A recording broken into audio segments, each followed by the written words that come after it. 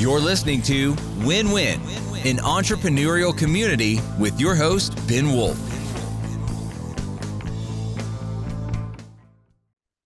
And welcome to the Win-Win podcast, the official podcast of Wolf's Edge Integrators.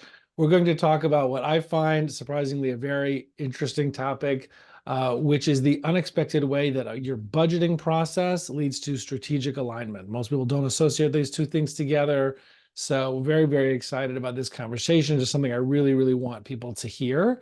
Before we get into that, I want to share a couple of resources that you could get through the wolfsedgeintegrators.com/resources, part of the website, which is, talk about strategic alignment. We've got a roadmap there that you could use, even if you don't have, great COO or, business leader who's owned or run businesses before in your own small and mid-sized business.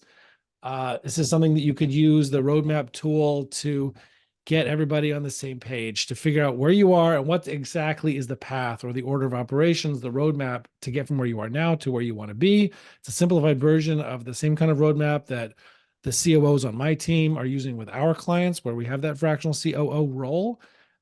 So you could use that yourself. There's a video guide on how to use it, wolfsedgeintegrators.com/resources. Check that out. Other good resources there, like a team assessment tool, like a free chapter from my book, Fractional Leadership, Landing Executive Talent You Thought Was Out of Reach. And with that, again, wolfsedgeintegrators.com/resources. And with that, I want to get into introducing our guest today that I'm so excited about. She is a fractional CFO, not COO, CFO through Blue Abacus Solutions. She has decades in financial leadership. She is the president of the Institute of Management Accountants, IMA Atlanta chapter, and chair of the IMA Global Small Business Community. She speaks all over the world. She spoke recently in Dubai and some other very interesting places. You can find out more about her at blueabacussolutions.com. And with that, I give you Yvonne Barber. Welcome, Yvonne. Thank you. I'm excited to dive into this topic today. I share your enthusiasm for this topic of strategic alignment, using the budgeting planning process for strategic alignment. Yeah, and I am excited to talk about it. I want to get into my first question, but before I do, I just want to share a personal story that I referenced a little bit before we started recording, which is just from my own personal experience, from my own business, Wolf's Edge Integrators. Started leaning more and more onto our finance, our outsourced finance leadership, and I had a time recently, a few months ago, where we went through like a forecasting of the next 6 or 12 months and making decisions and like playing, what if we do more of this? What if we do less of that? And just like playing with all these things. And I was just, it sounds silly, again, just from like a business leader's point of view, not from the finance expert's point of view, of just how excited it made me. I was just like, oh my gosh, like it could, like I didn't love that we can't do all the things immediately. Like I didn't love that part, but like the fact that we're able to like make decisions, compare and contrast and see how different things will play out and still be profitable, and still be financially healthy and mature, was just like, oh my gosh, like we're like flying blind before. We're just like making decisions and just like hoping it or like based on gut feelings about what's in the bank account on any particular day, and it was just honestly exhilarating to be able to make strategic business decisions, to like plan, to say, okay, we could do this then, and we could do that now. And it was just, it is from a business person's point of view, without that financial expertise, honestly thrilling. So I'm happy you're talking about this today. If you could give us a quick background, quick 2-minute history and context for how you got to be doing what you're doing now and talking about this topic. I think I've always had an entrepreneurial spirit, and I fell into small business. That was not my plan initially when I started my career path, but I graduated with my undergraduate during a recession. So I feel a lot of compassion for a lot of the young people that are graduating, embarking on their careers now. So I started with a small minority-owned computer reseller, and that sparked my journey, working for, for smaller companies where you have that passion, that enthusiasm, but you don't always have the resources that a larger company has. You don't have the training available. And so you really have to seek those resources externally. And I think that is what's forged my path towards fractional CFO. Is I recognize, that you may not be able to have those resources internally, but companies need the ability to uh, access, that type of talent. So that's how I ended up where I am today. Awesome. And one of the things to get into our topic today, which is that, when people think of budgeting and planning process, they don't think of like, oh, that's a big strategic alignment tool. That's a big strategy tool. Why is that? Yeah, I think many people associate, they hear budget and they think confinement. They feel like they're being restricted in some way. They think of cost cutting efforts. And while that can be a portion of what happens during the budgeting and the planning process, it is just such a small part of that. Really, it's about allocating resources, more than anything. And to allocate those resources effectively, you really have to do a deep dive into what your strategic goals are and be very focused on those items, and then allocate your funds appropriately according to those strategic goals. Right. Why don't you share with us an example, a story, like paint us a picture, like what's happened with, any current, past, client or business that you've been part of, where you see what's happened. What did their budgeting and planning process look like? What was going on before? What happened after? What happened with somebody that does that well?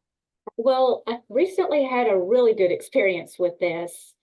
I have worked with a lot of smaller companies that, just like you mentioned, they don't necessarily have a budget planning process in place. The company that I worked with recently on this, I did a budgeting seminar, and it was really designed and focused for non-accounting and finance professionals. And I did an overview of what that process and what that, that planning process looks like and how they fit into that piece. So afterwards, I had one of the lead service providers.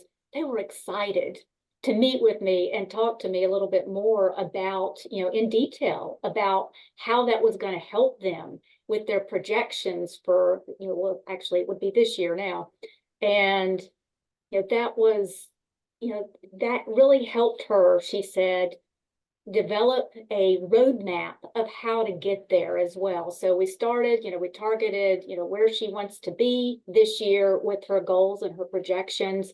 And then we kind of broke it down together to come up with the realistic projections for, the revenue for this year.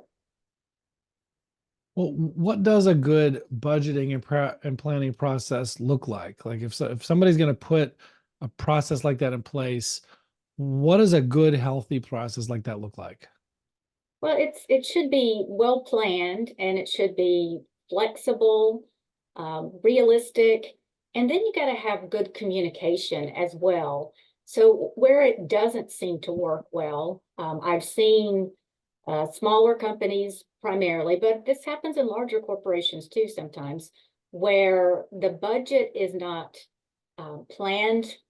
There's no communication during the planning process, and there's no communication afterwards as far as what the goals were, and the monitoring process is not in place, the accountability. So well planned is important because you have to factor in those elements during that planning process. You want to make goals that are, smart, they're specific, they're measurable, all of those things that you associate with items that you can be accountable for the results. And so that would be one of the things that would be important, is that it's well planned. And then the flexibility is important too.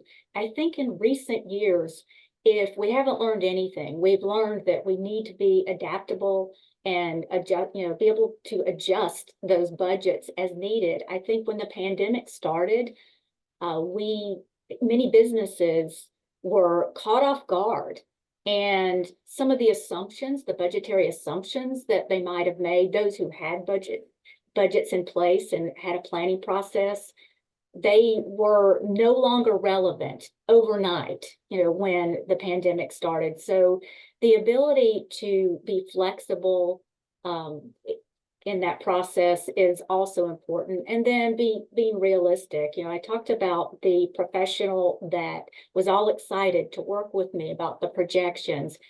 That's really important in establishing the goals. They do need to be realistic. It's great to say, I want to triple our revenue next year.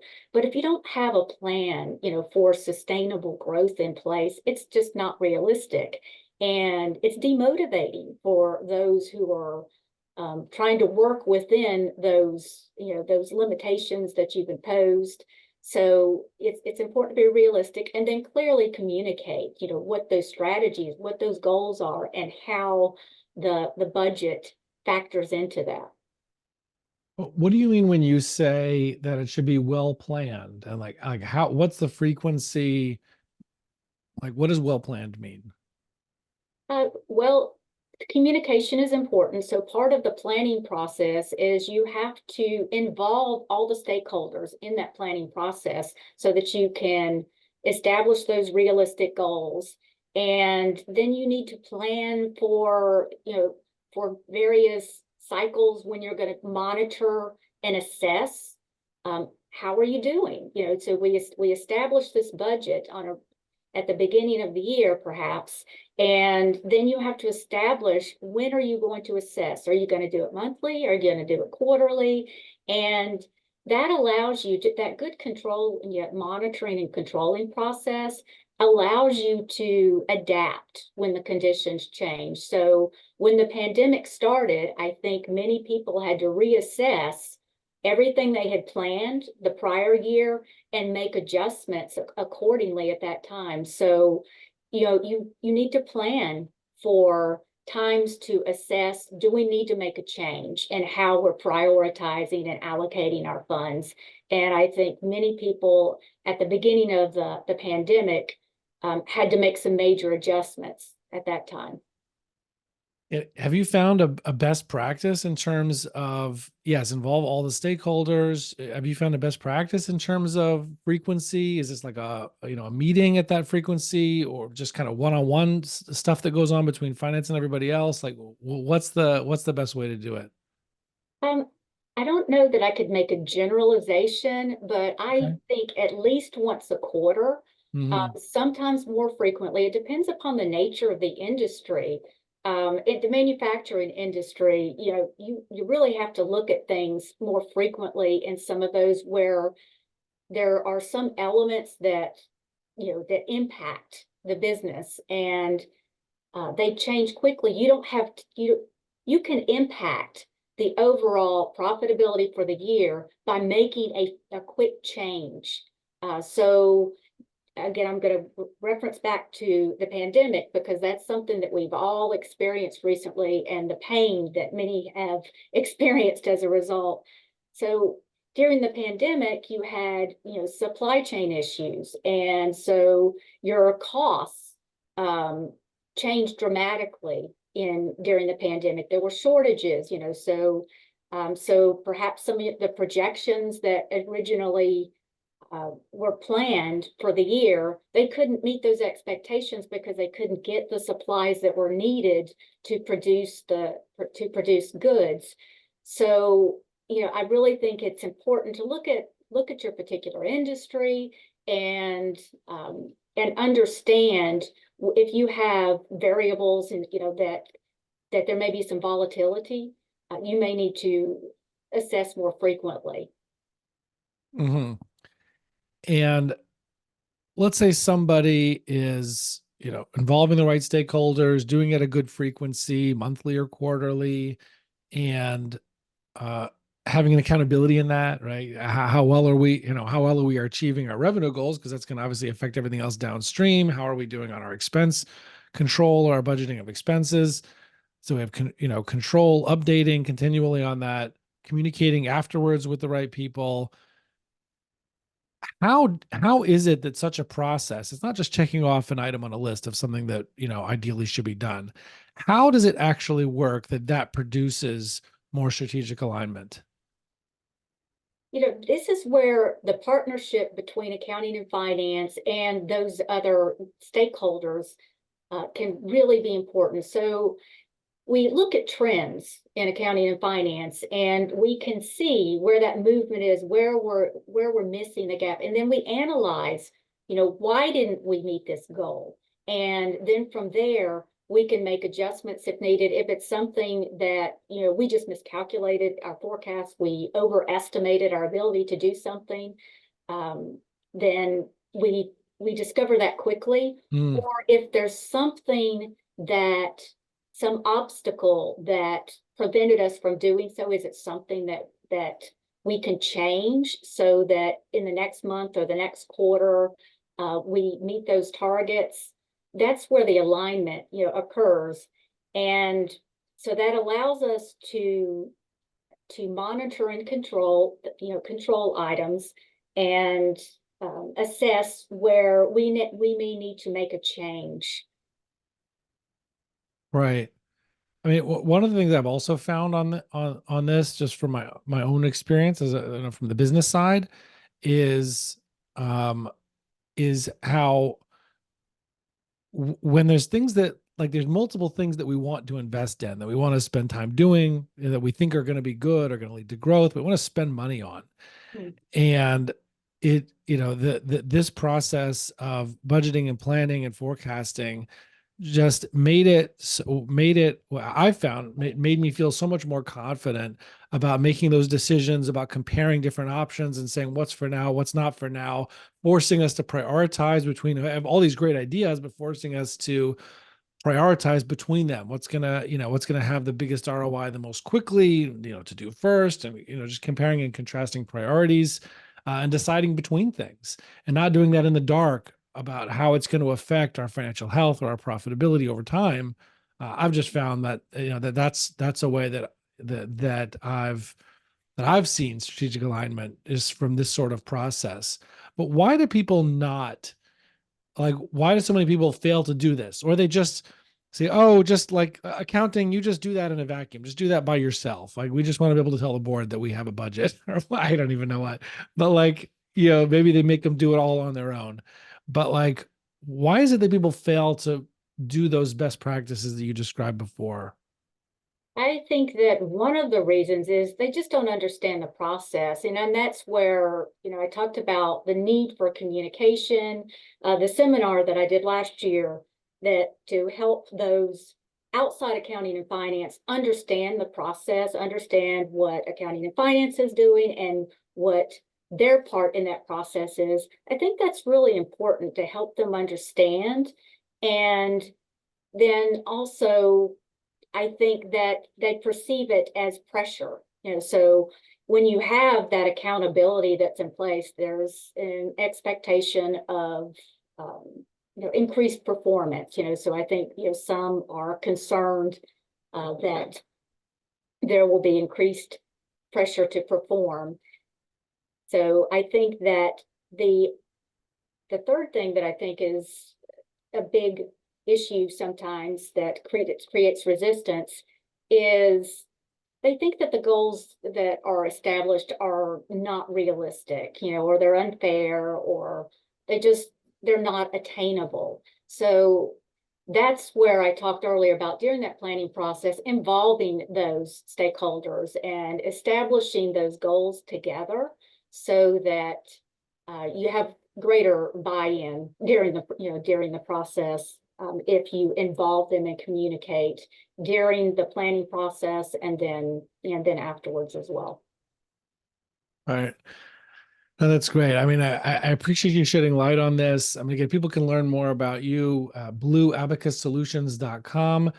Any thoughts that you would want to leave us with about thinking about strategic alignment, budgeting, planning, forecasting? Well, I would just say, it's not a punishment. I think many people look at budgets as punishment.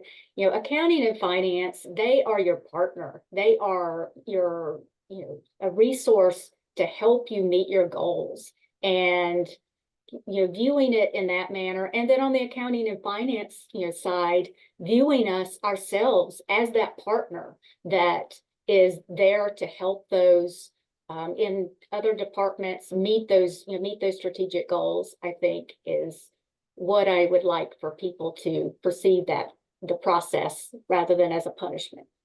Right. I love that as a punishment.